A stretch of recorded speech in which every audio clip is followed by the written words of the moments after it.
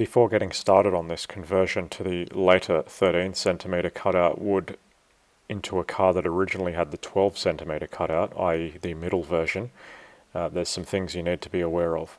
This doesn't apply to the really early 124s with the very small cutout. Even more work would be required on those.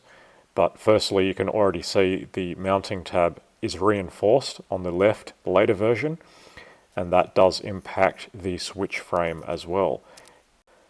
If you try and reuse the original switch frame with the later wood piece, you will have difficulty, to say the least, fitting it, because it just does not allow it to sit down properly. You possibly could modify the early version as seen here to give it more relief for that reinforcement, but in my case I just had a spare switch frame of the later variety to replace this early one with. So here we are sitting in my red 124 project. I have fit my last revision version wood to this car, or one of the last versions anyway. One thing you'll notice is that the cutout for the shifter box is actually larger in the newer version. Not to worry, MB thought about that, and there is a solution to that problem. So the original bezel that fits around the shifter housing is miles too small, and you will end up with a gap around the edge if you use that. However, this is the part number of the later version covering that fills that hole nicely. Unfortunately, it's quite a bit uglier. So it actually sits up proud of the surface, but it does cover that hole entirely.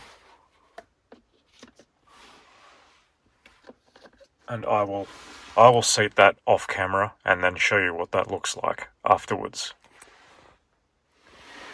And there we have it. That is nicely installed, and there is no massive hole there. So that's the wood trim that I got from KDL on Facebook. I believe I've given you his details before if you want to get your own. So don't worry, you're not restricted to only using the middle version. If you've only got this, you just have to get one of these. I don't know if that's still available, but newer cars are going to the scrapyard. I think people should be saving pieces like that anyway. I still haven't fit the upper piece yet because it does have an extra cutout, and I'm still umming and ahhing what I'm going to fit there. I think I'm just going to fit an antenna switch so that I don't have to risk my Hirschman anytime I use the Bluetooth streaming or CD player on this deck, because it doesn't just lift the antenna for the radio, it lifts it for everything, and I don't like that. So I will probably just put another one of these rocker switches for the antenna. Unfortunately, I can't change the icon on there, but I can just put a label on there.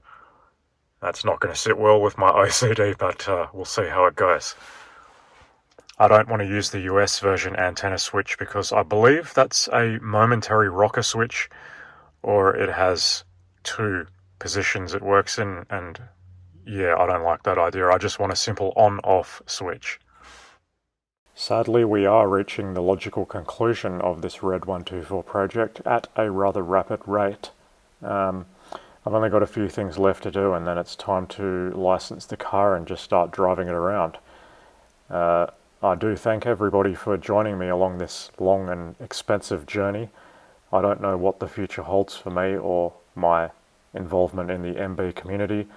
I don't know what I'm going to do next, but I'm probably going to take a break and focus on some personal issues and maybe come back at a later stage. But no doubt I'll still be doing the odd project here, there and everywhere, but probably not much on my 124s for the time being.